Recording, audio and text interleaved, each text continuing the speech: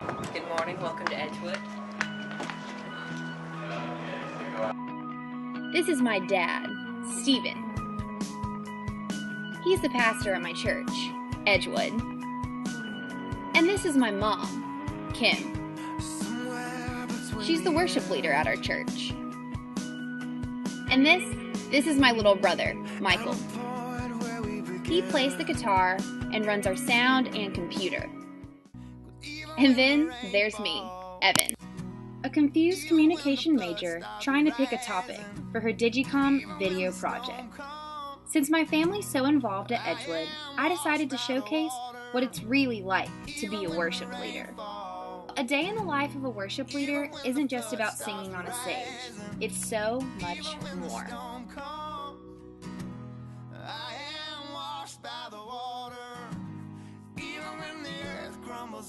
So we get here probably about an hour and a half to 2 hours before the service. And then we usually run straight through the set.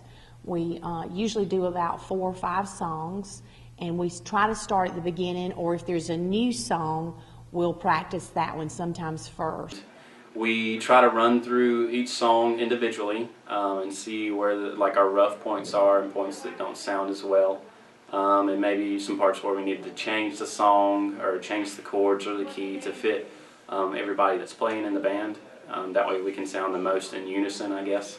There's a lot of prayer that goes into it because you feel like you have the weight of the world on your shoulders when you realize what you're doing and the fact that you're in front of a lot of people. And then we'll come to another room, we'll pray, say what we need to say, and then we'll go back out there and just start jamming. Give me an answer, give me the way out. The hardest part about being in the band would probably be trying to work with, a bunch of different individuals. Trying to keep the band members sometimes all together and on the same page because we are very creative. Each one of us is musicians and singers, and so sometimes we might hear a song and want to do it one way and somebody else might hear it and want to do it another way. For example, a key. Someone might have a different key they like to play in. This person plays in this key. So just trying to compromise all the time, that's probably the hardest part. I am down on my knees and waiting for something beautiful. So we get there, and I think it's just like the same kind of deal we've always done, playing for people or whatnot. I'd never played on like a big stage.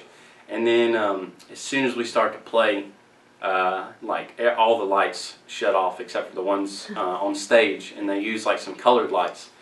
And I don't know, that feeling, just being up there, and I couldn't see anybody out in the crowd, so it's just me and Austin playing. And I got to worship really deeply, just listening to ourselves, and he didn't really focus on anybody out there. So that was a really memorable experience for me. Probably the most memorable experiences have been when my kids have been on stage with me, and when I realized that not only God has gifted myself but others in my family, and when I see my son and my daughter sing or play the guitar, then that's touched me more than anything. Until you keep your eyes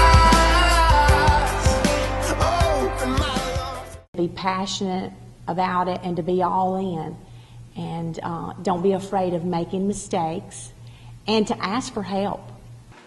I would recommend that you don't say no. Just put your foot out there and just be welcome and open to new experiences. Just go for it and allow God to use the gifts that He's given to you. It really builds up your character and who you are as a person. So I would just say, always say yes and be open. Let the songs I sing. Thank you for coming to Edgewood. See you next week.